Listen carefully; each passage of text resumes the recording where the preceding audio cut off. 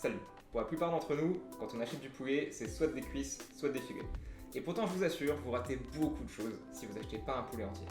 Et pour vous montrer ça aujourd'hui, je vous présente Brian, mon cobaye du jour, qui a accepté de te faire péter les jambes et couper les ailes pour l'occasion. C'est parti. Vous allez voir, acheter un poulet entier, ça peut vous faire économiser de l'argent et débloquer des possibilités, notamment avec le fond de poulet. On va pouvoir faire des choses bien meilleures que ce qu'on trouve en supermarché, et même des choses qu'on n'y trouve pas. Donc on attaque tout de suite la seule partie compliquée, la découpe du poulet. Vous inquiétez pas, je vais tout vous montrer, vous pourrez refaire sans difficulté. La première étape, c'est de couper les cuisses comme je le fais ici, pour libérer l'os. Et si jamais les pattes vous gênent, vous pouvez les déplacer. Une fois que vous avez bien coupé dans l'épaisseur, vous pouvez tirer les cuisses et lui péter l'os comme ça. Une fois que vous avez cassé l'os, vous voyez l'endroit où il faut couper entre l'os et la carcasse. Et on fait la même chose de l'autre côté. On tire et on le casse. Et donc là vous voyez, on a l'os et il faut couper entre l'os et la carcasse, comme ceci. Ça peut être assez compliqué d'accès et pour le couper parce qu'il y a la peau du poulet derrière, mais si vous avez un couteau aiguisé, normalement vous devriez y arriver. Et voilà, vous avez libéré la première cuisse. Maintenant il ne reste plus qu'à faire la même chose de l'autre côté. Donc là on voit peut-être un petit peu mieux. Il faut couper donc entre l'os qu'on a libéré et la carcasse. Et ensuite c'est tout droit jusqu'au bout. Et voilà, on a libéré la deuxième cuisse du poulet. Et une fois qu'on a fait ça, on va pouvoir s'attaquer aux filets du poulet qui sont situés sur le dessus. Pour ça, il va falloir couper au milieu. Vous avez un os ici qui est entre les deux filets de poulet, et il va falloir couper juste à côté, de part et d'autre de cet os. Donc là, j'ai coupé d'un côté, vous voyez, et il suffit de continuer à couper tout droit pour suivre l'os et ne pas perdre de viande. Donc si vous avez jamais découpé de poulet, prenez votre temps pour bien repérer les os, parce que c'est cela qu'il faudra suivre du début à la fin. Donc là on en a devant, je vais aussi couper la peau pour que ce soit plus facile de voir les os. Et le mieux, une fois qu'on a libéré ça, c'est de continuer vers l'arrière, ce sera plus simple pour libérer le filet. Voilà, donc on fait une bonne incision en continuant tout droit en suivant l'os, et vous voyez, on a libéré le bout du filet. Là, je coupe juste un bout de peau qui rejoint le filet et l'arrière de la carcasse. Puis, je reprends mon filet et je continue à suivre l'os. Vous avez un petit os qui part du centre ici, vous le voyez là. Et il faut couper juste à côté, vous suivez l'os pour libérer le filet. Donc là, on voit bien l'os, et une fois que c'est fini, il suffit de couper le long de cet os, et puis on arrivera à libérer notre filet.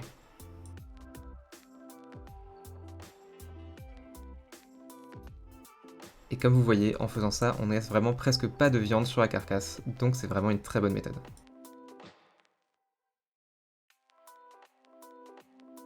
Et voilà, une fois qu'on a fait tout ça, on a récupéré un filet. Et il ne reste plus qu'à faire la même chose de l'autre côté. Donc comme avant, on va suivre l'os en coupant au milieu, mais cette fois de l'autre côté.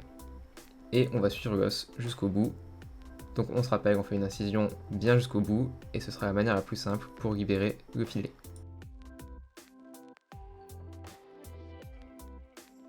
Une fois que c'est fait, on continue à suivre l'os, et on voit qu'on va arriver au même résultat qu'avant. Vous le voyez mieux de ce côté-là, il y a une couche de peau à enlever au bout, et c'est comme ça qu'on libère le filet. Et donc là, comme avant, on continue à suivre l'os, et peu à peu, on va libérer le filet de la carcasse.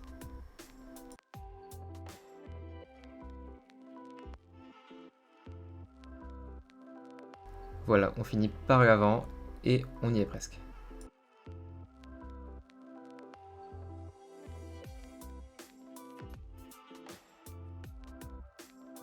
Donc là j'essaie de vous montrer et avec la caméra, donc c'est un peu plus compliqué pour moi, mais si vous le faites tout seul, en même pas 30 secondes, vous avez fini d'enlever votre filet.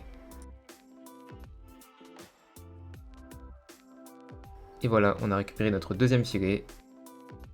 Donc maintenant il va nous rester à récupérer les ailes, et ensuite on verra ce qu'on fait avec la carcasse.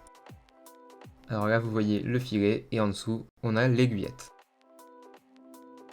Donc maintenant on va passer aux ailes. Alors maintenant ce qu'il faut faire c'est couper entre l'os et la carcasse. Là j'essaie de vous montrer où il est, mais c'est assez compliqué. Vous n'avez pas à galérer autant, normalement vous avez juste à couper. Moi j'essaie de vous montrer en caméra, donc c'est un peu plus compliqué. Et donc une fois que vous avez repéré l'os, vous voyez le bout et vous avez juste à couper entre l'os et la carcasse. Et une fois que vous avez fait ça, vous avez libéré une aile.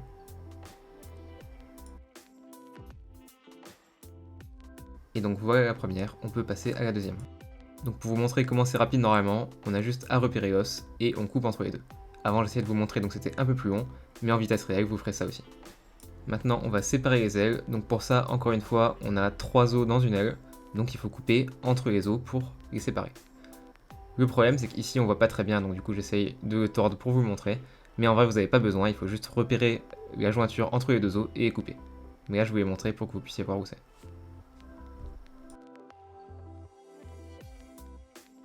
Et une fois que vous avez repéré la jointure entre les deux os, vous avez juste à couper entre et ça se libère tout seul. Pour la deuxième partie c'est pareil, normalement on ressent juste où il est, donc c'est ce que je suis en train de faire avec mon doigt, on ressent où est la jointure et on coupe dedans. Et si jamais ça marche pas, alors vous pouvez toujours le prendre et péter les os et ça se libérera beaucoup plus facilement. Voilà, donc là il y a plus d'espace entre les deux os et vous allez voir, au premier coup de couteau, on peut le couper super facilement. Et donc on fait pareil avec la deuxième aile. Si jamais vous trouvez la jointure entre les os, vous pouvez couper directement. Et si jamais ça vous pose problème, alors vous pétez les os et puis vous trouverez plus facilement. Et quand vous avez trouvé la jointure entre les deux os, vous avez juste à couper et c'est fini. On a récupéré la première partie, maintenant il reste juste la deuxième.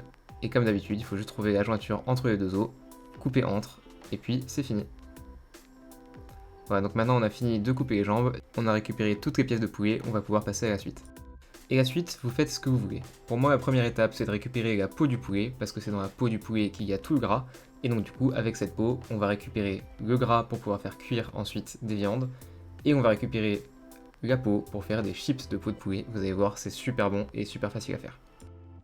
Donc pour ça, vous récupérez le maximum de peau de poulet autour de votre carcasse. Donc la première partie, c'est celle qu'on a coupée avant en libérant les filets. Et il y en a aussi en dessous du poulet, et il y en a aussi même sur les cuisses ou les filets encore. Donc on récupère toute la peau qu'on peut, mais si jamais il en reste un peu que vous n'arrivez pas à couper, c'est pas grave.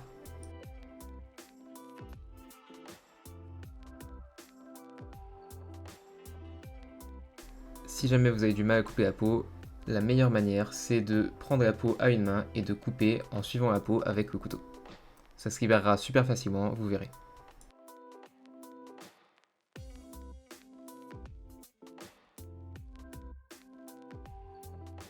Voilà, c'est le dernier bout, et après celui-là, on aura fini. Donc j'essaie de récupérer le maximum de peau pour faire mes chips. Et une fois que c'est fini, on rassemble toute la peau et on va passer à la suite. Alors là c'est facultatif, si vous voulez garder la peau sur vos filets, vous pouvez la laisser. Mais pour aujourd'hui, je vais l'enlever et la rajouter avec le reste. Donc pour ça, c'est super simple, vous avez juste à prendre la peau, aplatir votre filet, et puis vous pouvez la tirer super facilement. Si jamais ça résiste, vous pouvez couper un petit peu et ensuite continuer à tirer. Donc vous voyez, ça s'enlève super facilement et c'est fait en 10 secondes. Promis, après ça, on a fini avec la peau et on passe à la suite. Donc voilà tous les morceaux qu'on a récupérés sur le poulet. Donc on a les deux filets au milieu, on a aussi les deux cuisses à l'extérieur. Je vous montrerai aussi comment les séparer pour faire des hautes cuisses et récupérer les os. Et on a ensuite les ailes qui sont donc en deux parties pour une aile et pareil pour l'autre.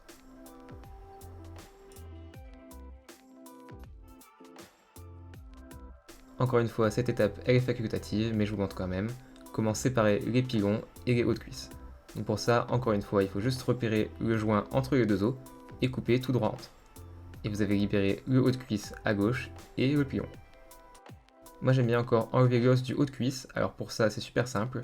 Vous faites une incision tout droit en suivant l'os, et une fois que vous avez fini ça, vous suivez l'os de part et d'autre, et vous allez continuer l'incision jusqu'à arriver en dessous de l'os, et une fois que vous pourrez passer votre couteau en dessous de l'os, vous allez voir. Donc là, on soulève un peu, on passe le couteau en dessous de l'os, et on va tout droit. Et on a libéré l'os, et on voit qu'il n'y a absolument plus de viande qui est accrochée, on a juste enlevé l'os.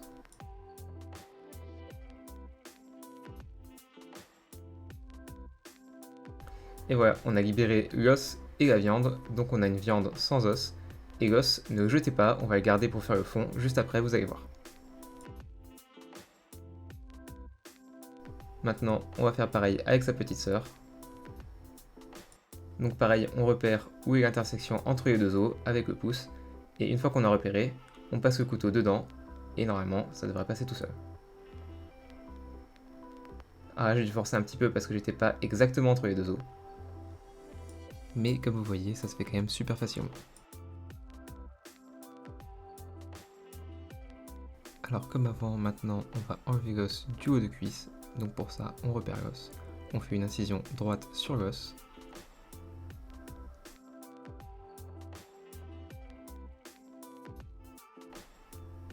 Et une fois que c'est fait, on continue l'incision en longeant le côté de l'os pour le libérer.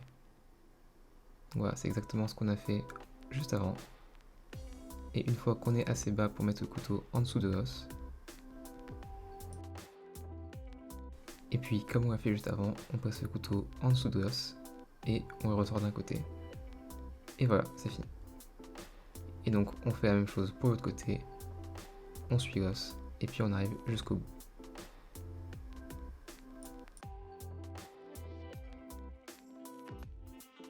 N'hésitez pas à couper si vous avez trop de viande qui part avec. Et puis une fois que vous avez fini ça, vous avez libéré l'os et vous avez le haut de cuisse d'un côté et l'os de l'autre. Donc maintenant que c'est fini, on a un pilon, un haut de cuisse et un os. Alors un récap sur tout ce qu'on a fait, on a toutes nos pièces avec les filets, les hauts de cuisse, les pilons et les ailes. Et on a d'un côté la carcasse avec les os. Voilà, ça c'est les pattes. Et ici on a les os des hauts de cuisse. Et de l'autre côté, on a la peau de poulet qu'on va utiliser pour faire les chips. Maintenant on va passer à la préparation du fond de poulet. La première étape, c'est de mettre tous les os que vous avez, donc la carcasse, les hauts de cuisse et les ailes, dans un plat qui va au four. Et une fois que c'est fait, on envoie ça au four à 220 degrés pendant 30 à 40 minutes, ou jusqu'à ce que ce soit bien doré. C'est la partie dorée qui sera bien rôtie qui va donner tout le goût à notre fond de poulet. Pendant que c'est au four, on va en profiter pour préparer nos chips de peau de poulet et récupérer la graisse de poulet. Donc pour ça, rien de compliqué, il suffit de mettre toute la peau de poulet que vous avez découpée dans une poêle et de la faire cuire à feu moyen. Pensez à bien remuer de temps en temps et vous allez voir que la peau va devenir de plus en plus brune et elle va commencer à libérer sa graisse. Donc là vous voyez déjà, elle a bien libéré sa graisse et vous voyez déjà tout ce qu'on peut récupérer. Moi je préfère quand c'est encore un peu plus brun que ça parce qu'après ça va mieux croustiller et on va récupérer plus de graisse, donc je continue encore un peu. Voilà, là c'est pas mal, on a bien récupéré beaucoup de graisse et on voit que nos chips de peau de poulet sont bien bruns et on va les laisser refroidir pour qu'ils soient plus croustillants. Pour ça, on va les sortir de la poêle et les mettre sur un papier absorbant pour enlever l'excédent de graisse et qu'ils puissent devenir bien croustillants. Et d'un autre côté, on va récupérer tout le gras du poulet. Donc ça, vous pouvez l'utiliser comme matière grasse pour donner un bon goût de poulet à tout ce que vous cuisinez avec. Et ça se conserve très bien au frigo pendant plusieurs semaines et ça va durcir au frigo, vous allez voir. Et donc ici, on a nos chips de peau de poulet que vous pouvez manger directement ou les garder. Ça fait un super apéro, mais chez moi en général, ils tiennent pas jusqu'ici. Après 35 minutes, c'est l'heure de sortir notre plat du four. Et comme vous pouvez voir, il a déjà bien pris de la couleur. Et ça tombe bien parce que c'est toutes ces parties colorées qui vont donner le bon goût de poulet rôti à notre fond. Donc maintenant, on va placer tous les os dans une grande casserole parce que c'est là-dedans que va se passer la suite.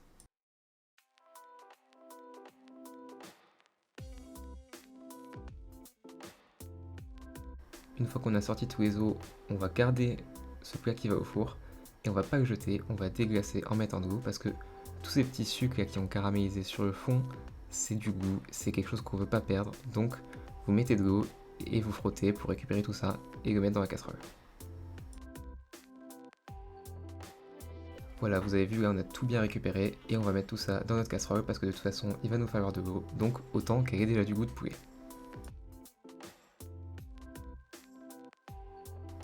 Maintenant on va s'occuper de garnitures aromatiques pour accompagner notre fond de poulet et pour ça on va commencer par couper quelques carottes, donc il n'y a pas besoin de les couper finement ou quoi, juste les couper en gros tronçons, de toute façon ça va cuire pendant 3h30 donc il n'y a pas besoin de faire très fin.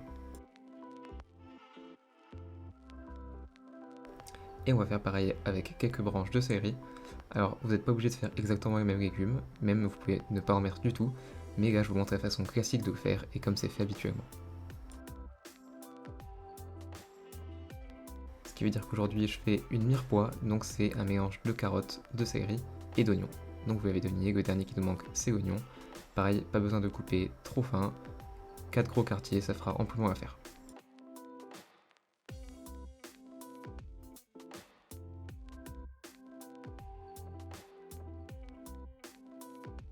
Et donc une fois que vous avez coupé tous les légumes, vous allez les rajouter dans la casserole avec le poulet.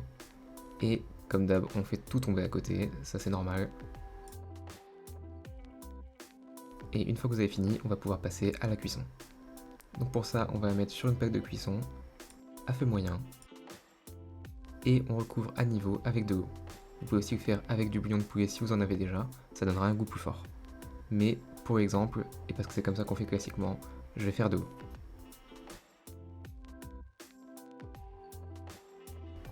Et donc pour mouiller à niveau avec de l'eau, ici j'aurai besoin d'environ 2 à 3 litres.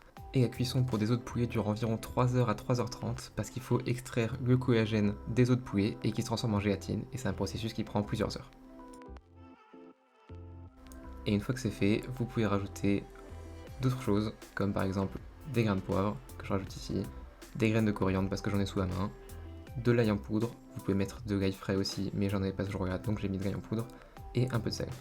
Alors faites attention quand vous mettez du sel, parce que comme on va laisser ça réduire pendant 3h30, si vous mettez trop de sel maintenant, en réduisant, ce sera encore beaucoup plus salé. Donc faites attention à ça, il vaut mieux saler finalement à la fin plutôt qu'au début. Une autre chose importante, c'est qu'on a toute la graisse du poulet qui va remonter, et donc pour ça, le mieux c'est de l'écumer, donc on prend une cuillère, et on fait comme ceci, on récupère la graisse du dessus, et on l'enlève. Alors vous pouvez récupérer la graisse et la mettre dans la graisse de poulet que vous avez faite avant avec les pots, et ça vous fera plus de graisse. Donc là, on va faire bouillir, et une fois qu'on a fait bouillir, on revient à un frémissement, et on va le garder comme ça pendant entre 3h et 3h30. Donc vous avez vu, le niveau de liquide a beaucoup baissé entre temps, mais ça a juste concentré la saveur.